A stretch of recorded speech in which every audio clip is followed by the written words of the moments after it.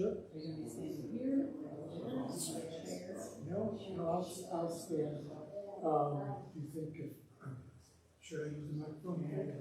Okay. All right, stand up.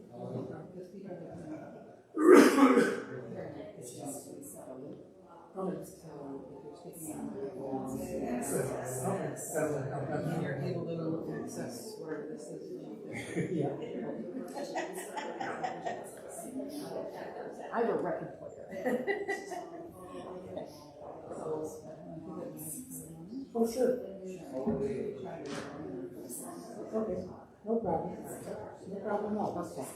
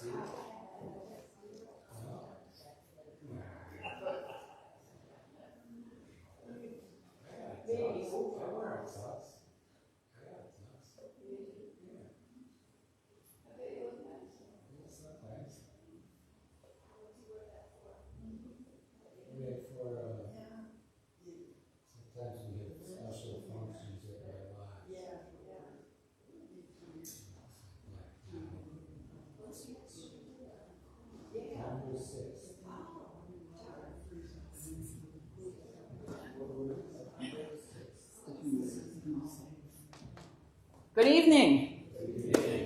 I want to welcome everyone to Parma, Greece United Church of Christ, where no matter who you are or where you are in life's journey, you are welcome here. I'm Pastor Jessie Lou Vaccarelli, and I'm pleased that you've chosen to join us this evening for this really exciting historical presentation. Before I introduce our guest, I just want to mention a few things. First of all, if you've got a cell phone, turn it off or put it on silent mode. And thank you for that. Please note the exits. Okay, we've got one over there. In the horrible event of a fire, let's not even think about that. A reminder, this is a free event, but if you are so moved to make a donation toward the cost of the event, we will certainly gladly accept your donation. There's a plate in the lobby here, and also there will be one down in the fellowship hall, which brings me to the next thing, that afterward we have a cookie and lemonade and tea reception planned. So perhaps you'd be able to chat with our guest and or with each other, and that's always good too. And I would like to mention that the connection that this church has with the Erie Canal is not direct or immediate.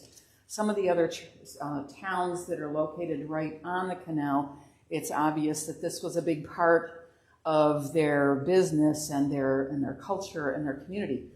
But we have a more indirect connection, and this happens to be our journal.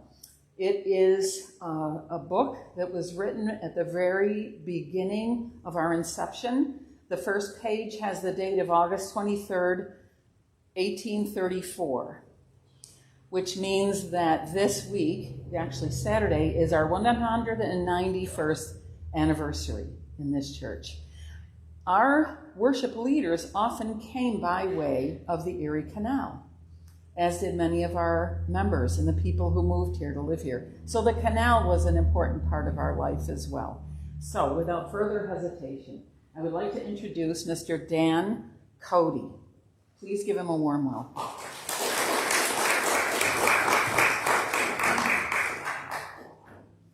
Thank you, everyone. Glad that you could make it tonight. Just a little bit about myself. I'm an American historian.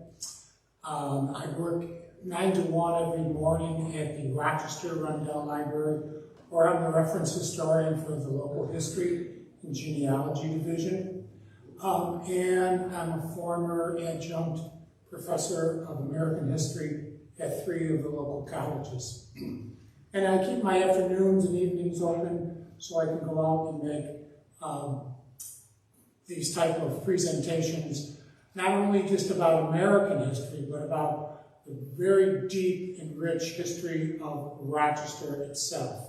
So I kind of like to get started with a little tidbit, a little plug for another one maybe, but to get your mind set on what Rochester was, could be, was, whatever, is I want you to look at that car, because we used to make cars here in Rochester. We used to make very, very nice cars in Rochester. This is a Cunningham. The Cunninghams were made over on Canal Street by the Cunningham family that had been there since the 1840s. What was unique about the Cunningham cars? They were all made by hand. So therefore they were very expensive. At one time they were known as the Rolls Royce of America. Just to let you know, in 1926, Henry Ford made 6 million Model Ts and sold them for $625 each. The same year, the Cunningham Company made 600 cars and sold them for $8,000 each. So yeah, there's a big difference. But that's just some of the very unique chapters in the very rich history of Rochester. But today what we're going to do is, because 2025 is the 200th anniversary of the completion of the Erie Canal, this lecture has been very popular, and I've given it all across Monroe County, because it's just not Rochester, it's the entire area. You know, by the end of this lecture, you'll know that it's not only the area, but the state and the region itself. And I'm even going to push it by saying it helped build our country, the Erie Canal. It's right in our own backyard. So what I call this one is Young Lion of the West, How the Erie Canal Made Rochester, New York. So here's a basic map of New York in 1800. And I have to stop here and let you know, like I tell my students, I'm a historian, not an artist, so you'll have to forgive my scribblings there. The big red dots represent Canandaigua, Geneva, and Bath, all 3 well-established settlements in 1800, and all with a very promising future. There was very little new settlements to the west of these three places. But when settlers did move west, they went west and they hit the Genesee River and followed the river to its mouth at Lake Ontario. Don't cities usually start where rivers feed into large bodies of water? When most people look at a map of New York State and see Rochester, they think Lake Ontario must be a central part of the city. But the lake really isn't central to our city. We now know, of course, that it was the Genesee River and the falls that made a city grow here, not the lake. From then on, our area evolved around a series of environmental quirks. The Rochester area has a fascinating and varied geological terrain. Colonel Nathaniel Rochester, a veteran of the Revolutionary War, former state assemblyman in both Maryland and North Carolina, and founding president of the Hagerstown Bank, developed an interest in investing his money in frontier lands. In 1803, Rochester, along with two of his associates from the bank, William Fitzhugh and Charles Carroll, traveled on horseback to the Genesee Falls upon the recommendation of a land agent in Canandaigua. The three men thought the water power looked very promising and purchased a 100-acre tract around an old mill for $17.50 an acre. The three men then sat on their investment until 1810, when sensing greater financial opportunity in the Genesee country, Colonel Rochester set out with his large family to the established town of Dansville, just a day's journey from his 100-acre tract. In 1811, at the urging of his partners, and based on his own eagerness to capitalize on trade down the Genesee River, Rochester had the 100-acre tract surveyed into lots. Each lot was a quarter of an acre and sold for $50 to any settler who would build a house on the lot within 1 year. Settlers gradually started to arrive on the 100-acre tract, making it a very small village that by 1817 was called Rochesterville. As you can see here by another one of my famous homemade maps, Rochesterville was only one of several settlements, with the one exception of Tryon, which are all within the city limits today. For almost 10 years, the land that became Rochester Tract sat, while the settlements to the north and east grew. But even after Rochester surveyed his tract into lots and started selling, it was not clear at all that Rochester's settlement might grow to be a small village. Maybe, perhaps, a satellite to the much larger economic centers of Tryon, Buffalo, and Syracuse. In 1817, the small settlement of Rochesterville started to forge ahead of any other developments along the Genesee. The main cause of all this growth, of course, was the Erie Canal.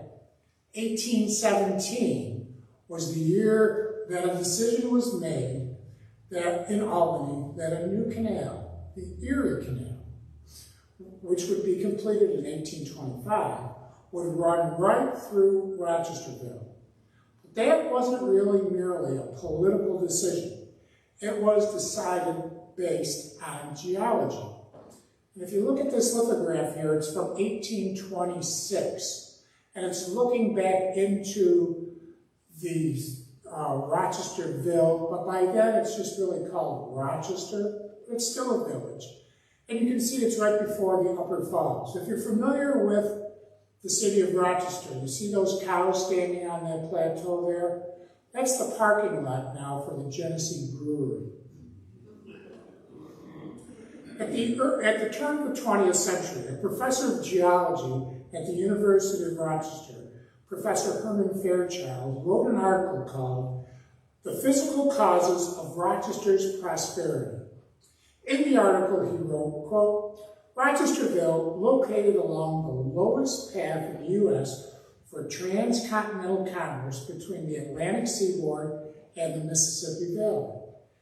Therefore, the most important artery of commerce leading west from the Atlantic found sleepy little Rochesterville sitting right in its path, unquote. It was a quirk of nature that determined the future of the Genesee Valley.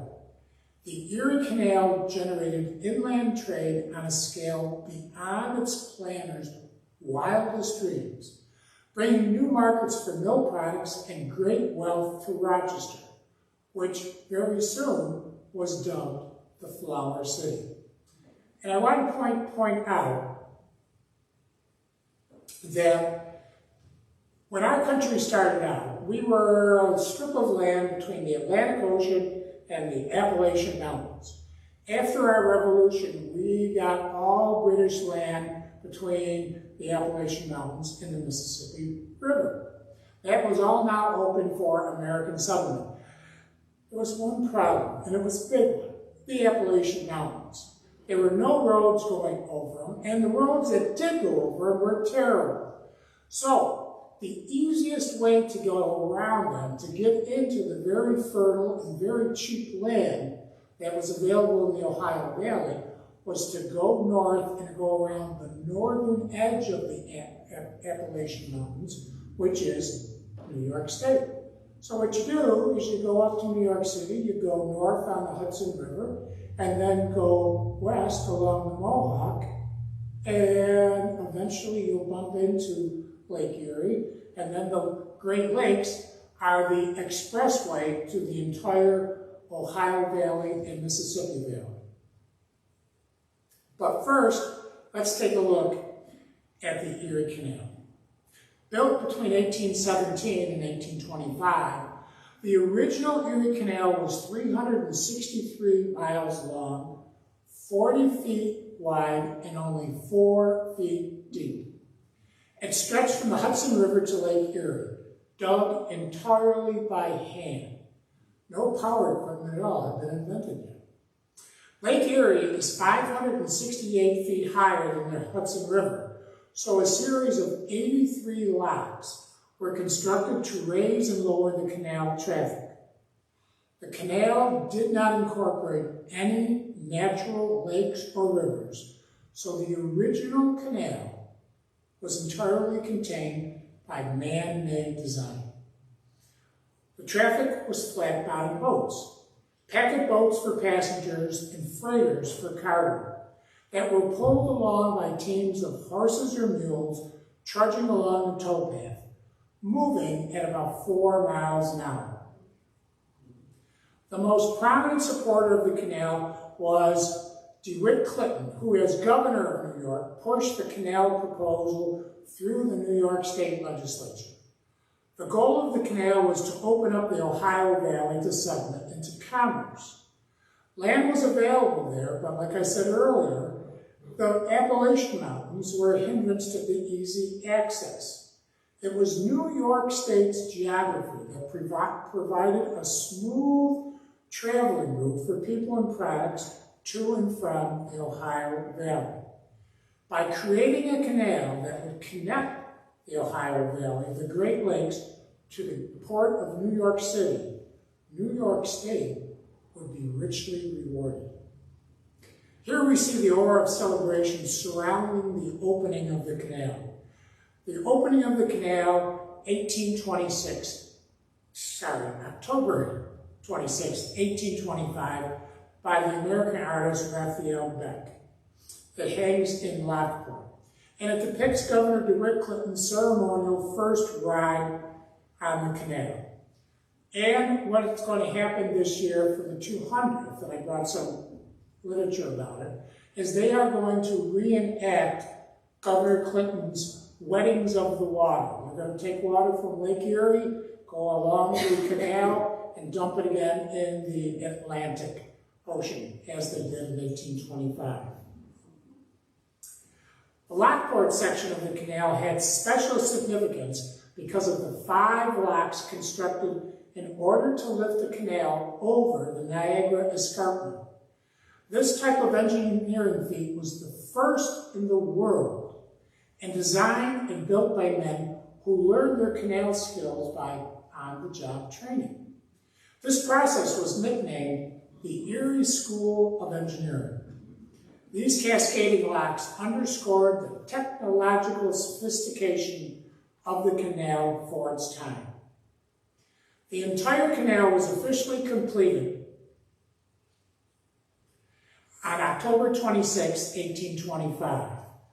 The event was marked by a statewide grand celebration, culminating in a successive cannon shots along the entire length of the canal and the Hudson River, a 90-minute cannonade from Buffalo all the way to New York City, which was the fastest long-distance communication to date. A flotilla of boats, led by Governor Clinton, aboard the Seneca Chief, sailed from Buffalo to New York City in just 10 days. The Wedding of the Waters marked the wedding of the waters. On its return trip, the Seneca Chief brought a keg of Atlantic Ocean water, and it was dumped back in Lake Erie. This amazing feat of engineering and human toil was completed at the cost of $7 million. That was a lot of money in 1825, $7 million. And New York State made a big deal about it. They pressed some coins and gave them out to the political bigwigs, the contractors. There is a couple of them here in Rochester. This one is in the possession of the Rochester Historical Society. What was unique between the Erie Canal and Rochester was the aqueduct. An aqueduct, a bridge of water that carries the canal over the Genesee River. It was just a quirk of nature that during the 1816 survey for the canal, it was determined that the best place to cross the Genesee River was that tiny little sleepy village of Rochesterville. Once the canal crossed the Genesee River at Rochesterville, that tiny little village would never be the same.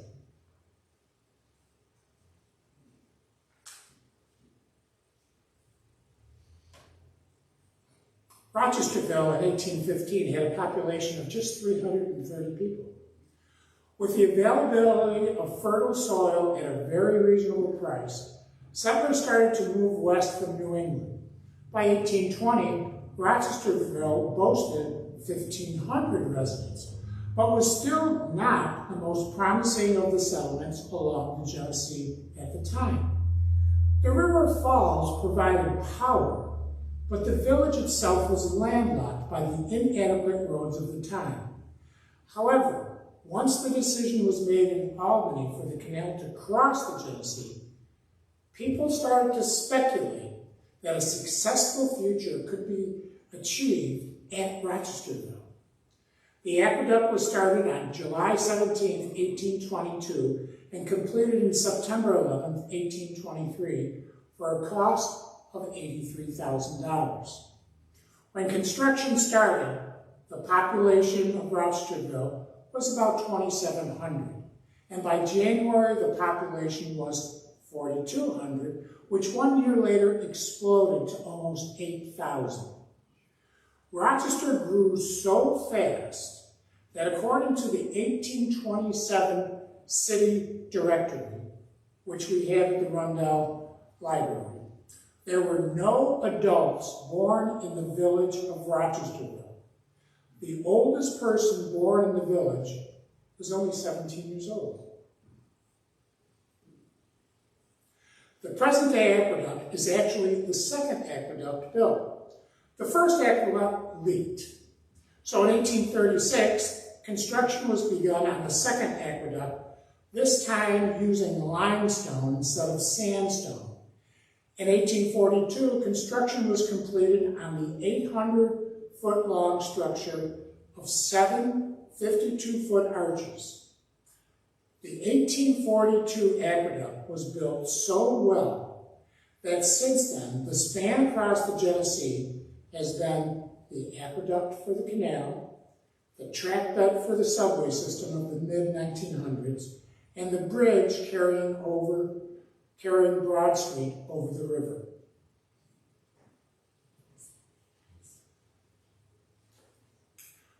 Rochesterville was now the location where the River Falls provided power for the milling, and the river provided north-south transportation route, and the Erie Canal provided east-west access to markets both domestic and foreign. All of this in the very fertile Genesee Valley. It was the perfect storm for success. So what was the smoothest way to get to Rochesterville? A nice, leisurely trip on a packet boat. Pulled by horses or mules at a rate of about 4 miles an hour, packet boats transported both emigrants and immigrants to the new boomtown.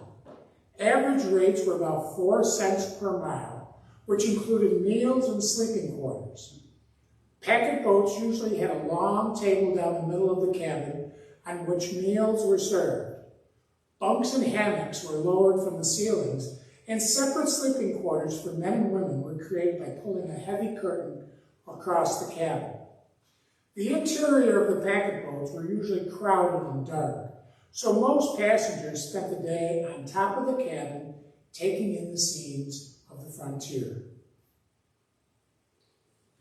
By 1827, Rochesterville had 4 major canal freight lines.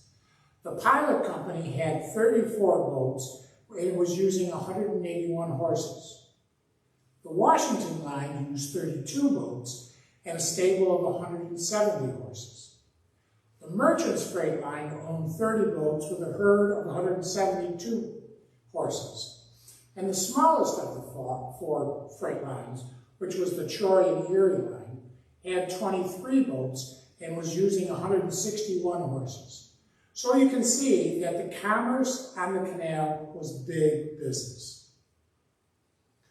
The vast majority of traffic on the Erie Canal, however, was cargo, and the cargo was grain and flour. The first cargo freighters on the canal were 61 feet long, 7 feet wide, and could haul just 30 tons. Soon business demanded a larger capacity, so boats were enlarged to 75 feet long and 12 feet wide that could haul 75 tons. The largest freighters used on the original canal were 90-foot-long monsters that could haul 100 tons. And I like showing this one because it kind of shows how the canal worked. As you can see, there's 2 boats facing each other. As you can see, there's the horses that are being pulled. And they were usually led by a young boy. And just a little side note is, it was kind of a boring job. So sometimes the little boys and the horses would fall asleep, and they'd fall into the canal. So they figured, well, we got to do something about it. So every mile or 2, they would make these ramps so that they could get the horses and the little boys back out of the canal. But what would happen is, as the boats were moving, as you can see, the captain there is blowing a bugle. What he's doing, he's waking everybody up so that both boats know that they're going to cross. And what's going to happen is they're going to make some hand signals or scream at each other to say who's going to put their reins up high and who's going to pass down low.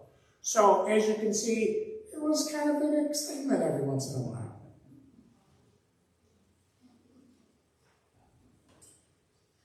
The Erie Canal was a moneymaker. Users paid tolls according to the weight hauled. Canal boats were required to pull into waylocks like this one in Rochester. A waylock raised cargo boats in order to determine the tolls owed. Boats were weighed empty at the beginning of each season, and then were weighed each load with each freight on each stop to determine the net tonnage. The boat enters the lock, the water is drained, and the boat comes to rest on the scale. The toll per ton differed with the nature of the cargo, and the state adjusted the tolls depending on the economic and the political climate of the moment. There were 7 waylock stations on the Erie Canal. This is the one in Rochester. If you're familiar with Rochester, when you cross the Genesee River now at the Freddie Sue Bridge, the Waylock was basically right under it. There is, under the Freddie Sue Bridge now, they expanded it back there, but there's a skate park there. And there's movement now to put one of those blue and gold historic markers there, so people know that that's where the Waylock was. And some people like to see numbers when I'm explaining the Boomtown. So, if you look here, flour. Before the canal, 64,000 barrels. Just 1 year after the canal, it goes to 202,000 barrels of flour. Pork. Okay? Pork. First of all, we got to go back and remember, power of the day is water power. Water power turns the wheels. The wheels go around. But what you got to do is you've got to get that energy into your mill. So they transferred that energy by a series of pulleys, gears, and belts, leather belts. So it was very convenient to have cattle and pork because you had a walking stock of leather. However, you could sell the meat too because you had to feed all these people that were coming to the Boomtown. Before the canal, 1,200 barrels. 1 year after, 7,000 barrels. Whiskey, well, there were no Wegmans, so you're going to go buy Coca-Cola, and there was no water. In fact, the water was pretty nasty. The safest stuff to drink was booze, because the alcohol killed all the bugs.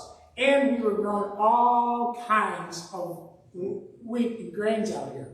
A little bit that way, I think, yeah, that way, is a town called Wheatland. What do you think they do there?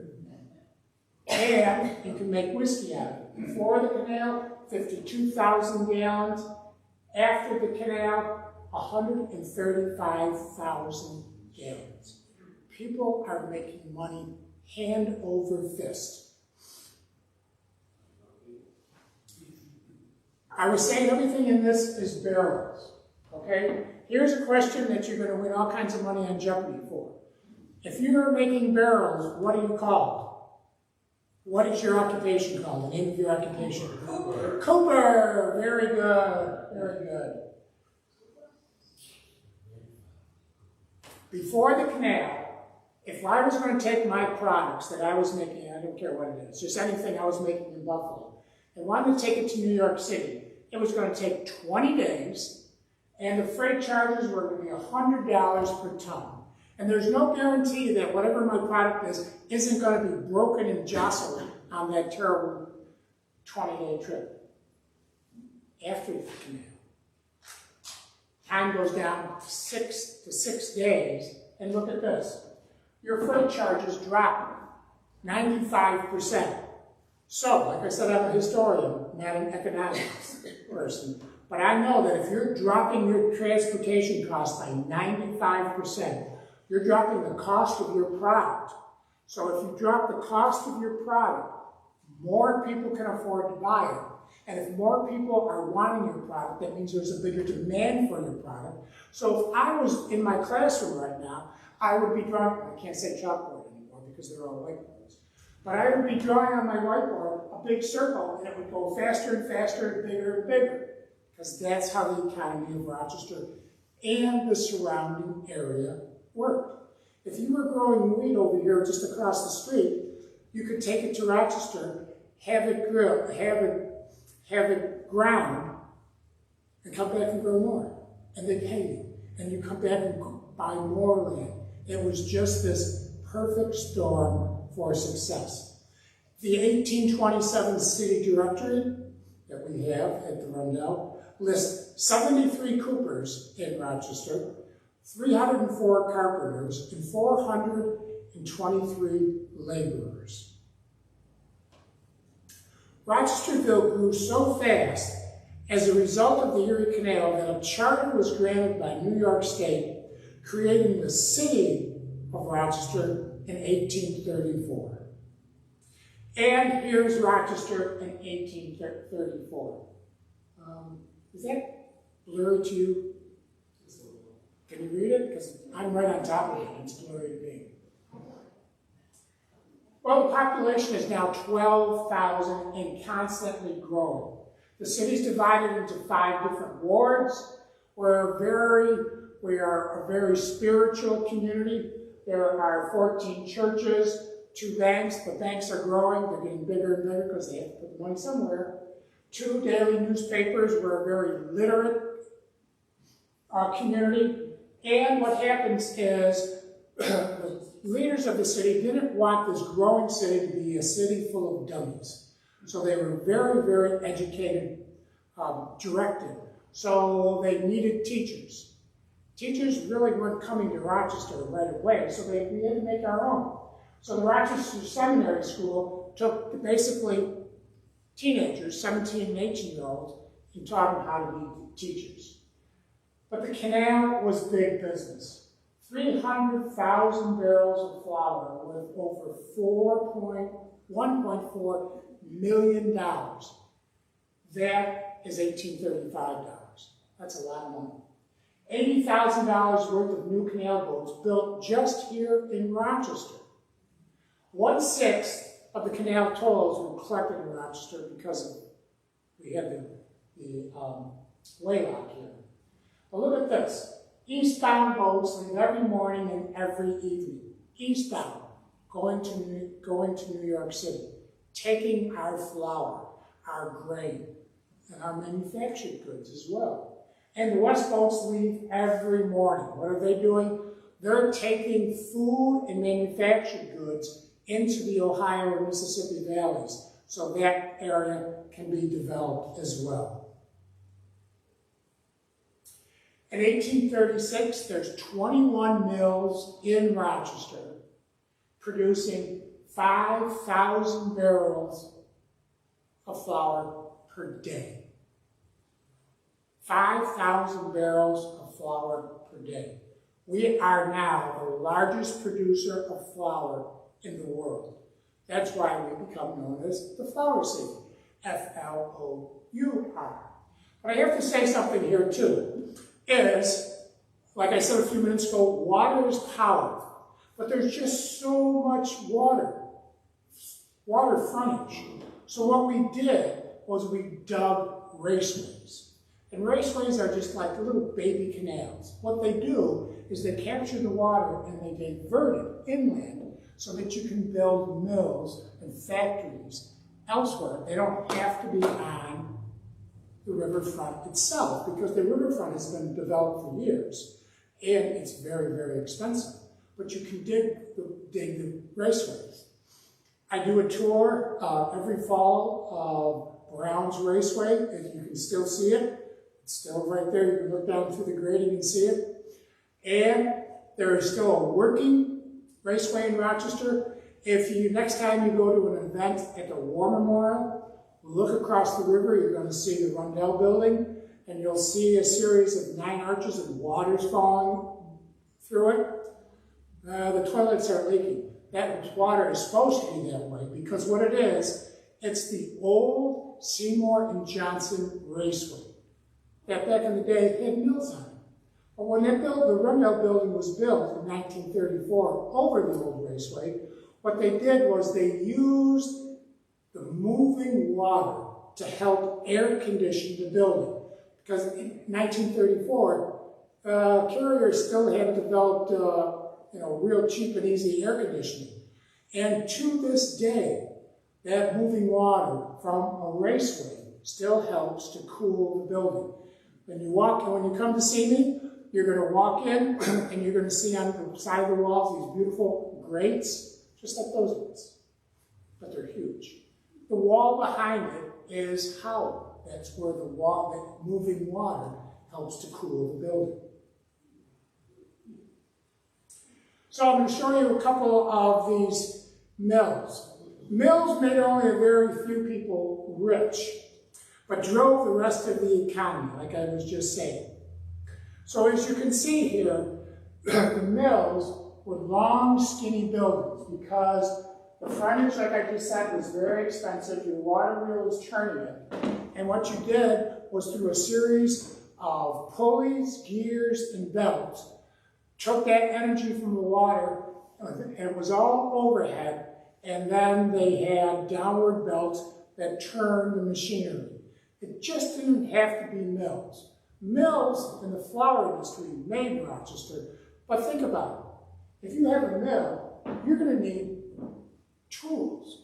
You're going to need metal, steel tools to help with your business. So that was one of the businesses that was created on Brown's Race that will become a business that all of us know in Rochester, that metal forging shop on Brown's Race that helped build these mills would eventually become Gleason Works. And you could do two things if you were a farmer. What you could do is you could bring your grain to the mill and sell it to the miller. And then the miller would grind it and then he would sell it. Or what you could do is you could take it to the mill, have the miller grind it for you, and then you could sell it yourself. So there was all different kinds of ways. It really depended on who you knew. If you you could say, I know a guy who knows a guy. That's how these worked. And as you can see, some very old money of our times started out in the milling business way back. The Strong family was one of the originals. And as again you can see, the long, skinny buildings.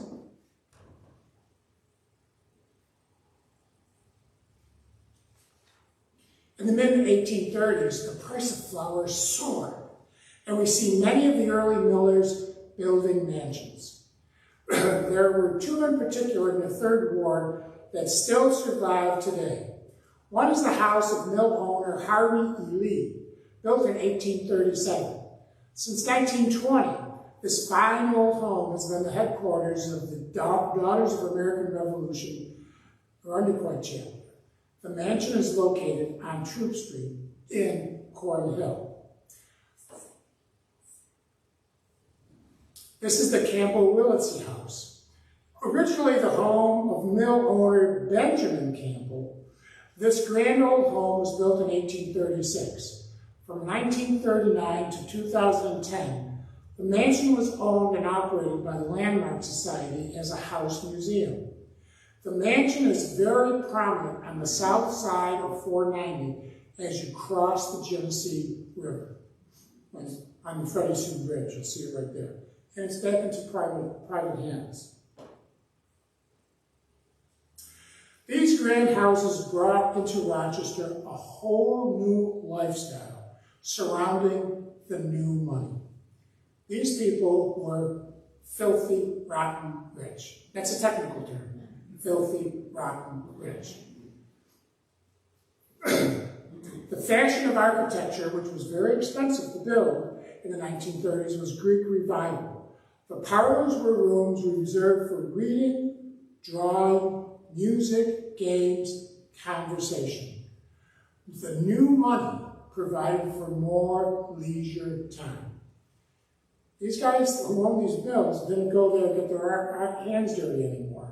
They had people that ran them for them, and what they did was they did other things, other community activities. But these parlors were used, it was a very social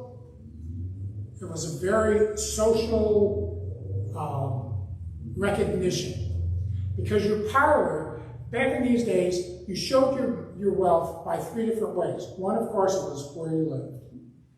Two was how you dressed your women. The women were always dressed beautifully, very colorful, in the latest styles from New York and Boston, which came, of course, from Paris and London. But guys, sorry, we were boring. You know, black hat, black jacket, black pants, black vest, white shirt, black tie. Another way of showing your wealth was distributing your goods so people could see them. And we still do that today. You know that room in your house where you sit and have Christmas dinner and Thanksgiving and Easter, and there's a fixture over here that has glass windows on it? What am I getting at? The china cabinet? Right. The china cabinet, china was an indication of wealth. Because for one thing, you could afford to buy it from England. Then you could afford to get it transported all the way from England to Rochester. And, holy smokes, it got there in one piece because of the canal. So this way of showing you wealth. Your children didn't have to go off to work. So if you had daughters, back in the day, you really wanted your daughter to marry into wealth. Wealth protects wealth. So what you did was you cultivated your daughters. So what you would do is you would bring tutors into the parlor so that they would teach your daughters the classics, perhaps French, and perhaps they teach them to play the violin or the piano, making them more attractive to other rich young men. So money protects money. In 1820, Jonathan Child moved to Rochester and opened a store at the Four Corners. When the Erie Canal was completed, Child operated a fleet of canal boats in his own harbor on the canal. Child's Basin was one of the most active in Rochester. It was located on the north side of the canal, on the west end of the aqueduct. This port, this canal harbor, if you will, became the busiest Rochester canal harbor. Jonathan Child also became filthy rotten rich.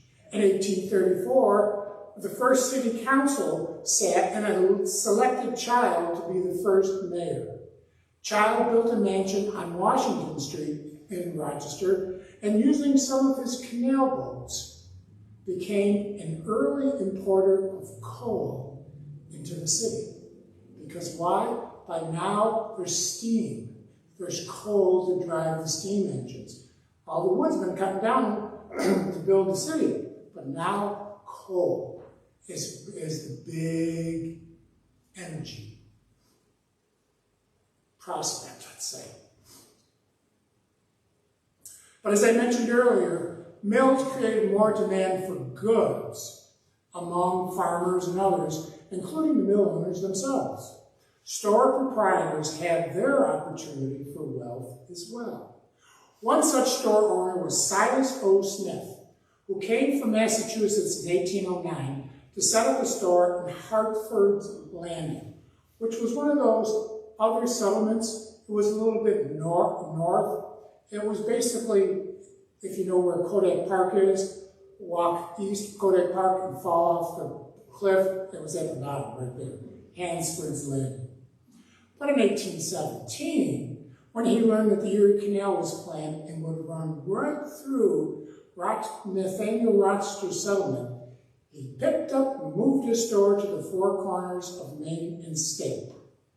This is the so-called Smith Block that contained Silas Smith's store for years. This is a photograph taken of his original store right before they knocked it down in Hansford's Landing. And this is, we call it the Smith Block. It's on the southwest corner of Exchange Street and State Street. There's a bank there now. But he built that in the 1840s. And as you can see how long it stayed, Kodak cameras are being rented out of that building. So he built it and it stayed for quite a while. And this is the mansion that Silas Smith built between 1838 and 1841 at the edge of the woods. Thus he named it Woodside. Its present address is 485 East Avenue. It's built in the Georgian Revival style as well. All in all, by 1841, right as all these mansions were being built, Rochester had become a very urban place, much less like the country town it seemed just a decade earlier. This growth trend would continue well into the 1840s and 1850s. Here we have an 1841 print looking west on Main Street, just towards the Four Corners. Note that the scene is almost entirely urban and seems to stretch endlessly, just like the print we looked at before that showed the line of mills. On one hand, urbanization was a great draw for skilled labor. In the late 1820s, over half of the adult men in Rochester were skilled artisans, most of them engaged in turning local raw materials into finished goods for sale back into the community. They made guns and nails and shoes and hats, wagons, farm tools, etc. Wheat was milled into flour and distilled into whiskey. Logs were transformed into lumber, barrels, furniture, houses. And livestock provided meat, shoes, harnesses, and other leather goods. But on the other hand, not everyone in Rochester was rich or even middle class. Far from it. Rochester became a magnet for transients, young single men seeking work and having no attachments. This population was huge, starting in the 1820s as laborers poured into Rochester to work on the canal and the related industries such as boat building, barrel making, and building the city itself. By one estimate of the day, over 100 people moved into and out of Rochester every day. Rochester had been a face-to-face society. That was changing rapidly. In 1820, most Rochesterians worked, played, and slept in the same place. There were no separate residential or commercial zones, and no residential zones characterized by social class, such as the rich area or the poor section. In 1820, the norm was for the wage earner to live and work in the same place. And that place was right in the home of the master craftsman and his family. But after 1825, all that changed. The influx of large numbers of casual laborers in this fast-growing town led to the segregation of laborers and their masters. Workers formed their own neighborhoods now and were no longer supervised by the master class. Social tensions between the two groups began to grow because, just to give an example, Rochester had been a town with a very active temperance movement, anti-alcohol. Most of the master craftsmen were church-going temperance advocates. Casual laborers, however, after a hard day of manual labor, enjoyed a few beers or two at the end of the day. And sometimes that led to trouble. But not all ended up in jail, of course, but many did spend the occasional night there as a result of things like public drunkenness, fighting, petty theft, etc. So we had to build a jail. The original jail in Rochester was just a log structure, which quickly was deemed too small for the booming village. The new jail was a stone structure 60 by 40 feet, featuring 2 tiers of cells in the center of the building. Each cell was 4 feet by 8 feet by 7 feet, and they were placed back to back. The third floor had rooms for women and children inmates. The new jail was completed in 1832 at a cost of $12,000. The Erie Canal, as the interstate of its time, transported more than people and products. The canal was the conduit of the times. In the summer of 1832, a cholera epidemic hit Rochester and it arrived via the canal. On July 12th, a packet boat passenger died of cholera, followed by another one the next day. A week later, a canal pilot died of cholera, followed by 3 children on his boat the next day. The epidemic swept into the city. All total, there were 388 cases of cholera reported, with 121 deaths, all after the arrival of 1 sick passenger on a canal boat. Rochester, as a booming economic center, drew many looking for jobs. A constant shifting population of young, unattached males raised concerns on the part of the merchant and master craftsmen who made up Rochester's stable, prosperous business class.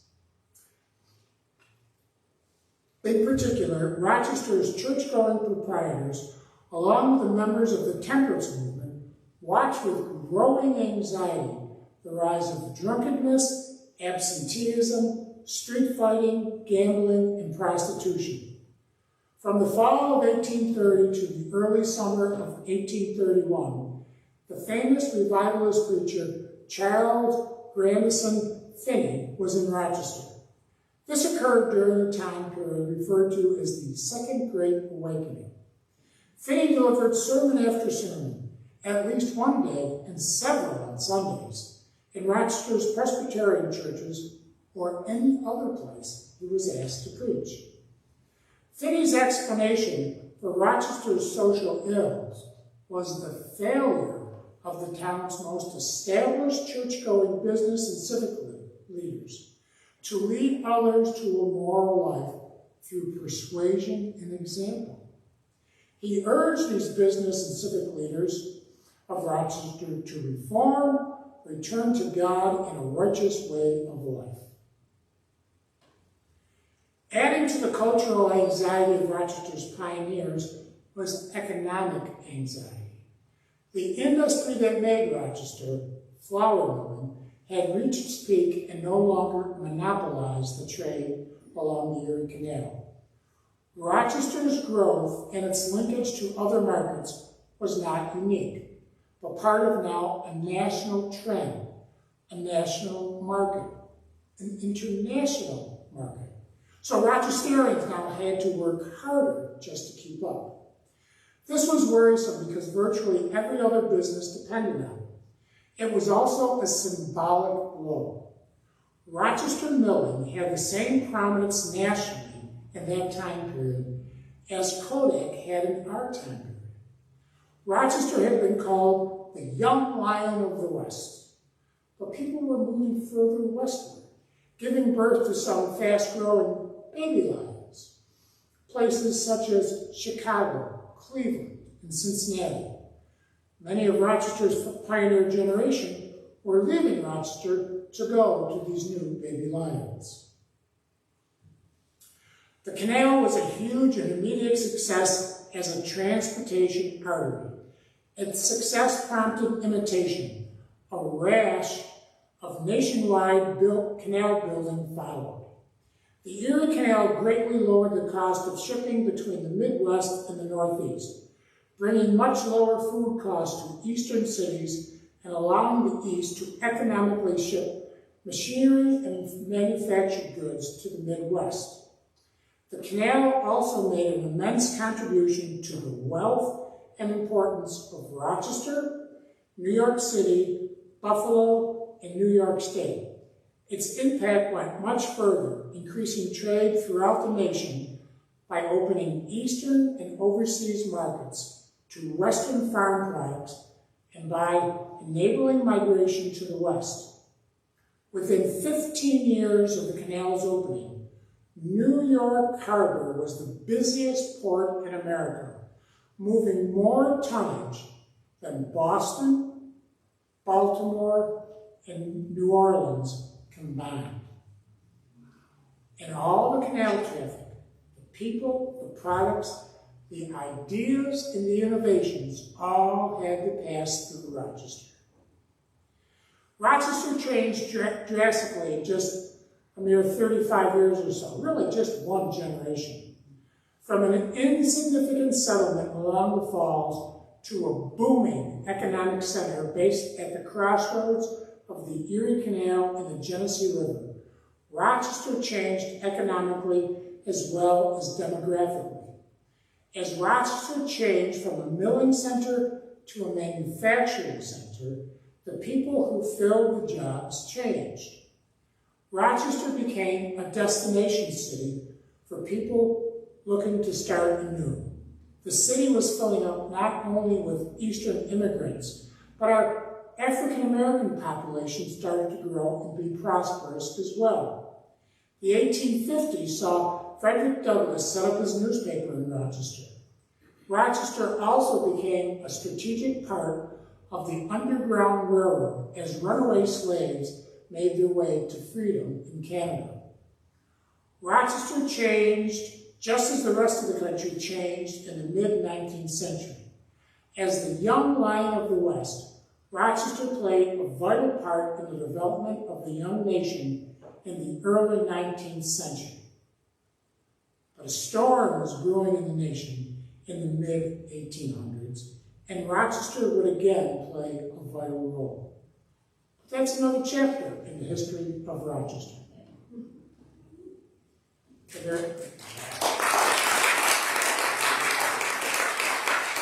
you. Are there any questions or comments? I brought some handouts from different activities that are going on. One of my colleagues gives a walking tour that is called From Ditches to Riches, and it's about the canal, and she walks around downtown Rochester and shows different aspects of the canal. And if you're interested in any other walking tours, they are on our website. Keep your eyes peeled for the different activities that are going to be coming on. And they're going to be in the last part of September. They want to capitalize on kids being back in school, so the school kids come, and so it's not oppressively hot, so people will come out and enjoy it. In Rochester, it's going to be down at Cornhill Landing, and then there's going to be in all the canal towns up and down the canal. Spencerport has a big thing going on. Fairport does. Palmyra does too. So have fun. Yes. So when did the commerce kind of start to wind down on the canal? Canals have a problem. You can't use them in winter. They freeze. So everything stops. In the 1840s, there was this new invention that came and it took on, and it was called the railroads. Because you can use railroads 24/7, 365. And if you're on the New York State Thruway and you're going east and you're going towards Albany, you're going to see the history of transportation. You're going to see the Mohawk River. Right next to it, you're going to see the Erie Canal. Right next to it, you'll see a railroad track, and you're on the Thruway. So you'll see all the different types of transportations. Because why? It was all flat. It was all flat. Also, I know someone's going to ask, well, the canal doesn't cross the city at Broad Street anymore. That's correct. Because what happened in 1918, they needed to widen the canal. They needed to widen the canal because of commerce. They needed bigger boats. But they couldn't make the canal any wider because it went through downtown Rochester, and the buildings were built right to the edge of the canal. So what they did was they moved the crossing south, so now it crosses at Genesee Valley Park. But you have this beautiful aqueduct. It's beautiful, robust. So what did they do? They took the water out of it. They put tracks on it where the water used to be, because it's all nice and flat. That became the track bed for the Rochester subway that ran from 1927 to 1956. And what they did was they put another set of arches on it, smaller arches, and they put a roof over it. So what they could do now on that roof, that becomes Broad Street. So when you're driving on Broad Street, all the way from the Rundell building all the way over to West Main Street, it's still hollow underneath it. For those of us that can remember newspapers, when we used to have the Times Union and Democrat and Chronicle, the newsprint used to be delivered that way. They had this big door in the old canal bed. That's how their print was, their paper was delivered for them. So if you're driving on 490 coming into the city, you're going to see a couple of things. right before Culver Road, you're going to see the remains of one of the old locks. Cobb's Hill Park, there's that, they call it Lake Riley, but it's really just a big pond. But what that was that used to be the eastern Widewaters, because from one of my screens you could see it was a very sharp angle, because the canal came up, ran parallel with the river, and then made almost a 90-degree turn onto the aqueduct. Only one boat could make it through at a time, so what they did was they lined up in the Widewaters and waited their turn to go through downtown Rochester. Yes? I just wanted to make a remark about the Cunningham, how they used to have made Ford the last funeral car too. Yeah, they actually started out. And there's actually two in Rochester. Yes, they actually started out making horse-drawn hearses, all handmade, very, very expensive, very, very unique. And then when that newfangled invention came along, and they figured it was here to stay, the automobile, they switched to it. If you want to see one, go on YouTube. Jay Leno, he collects cars. He has two Cunninghams, and there is a YouTube video of him driving his green Cunningham that was made right here in Rochester. And the closest one is down on Lake Avenue.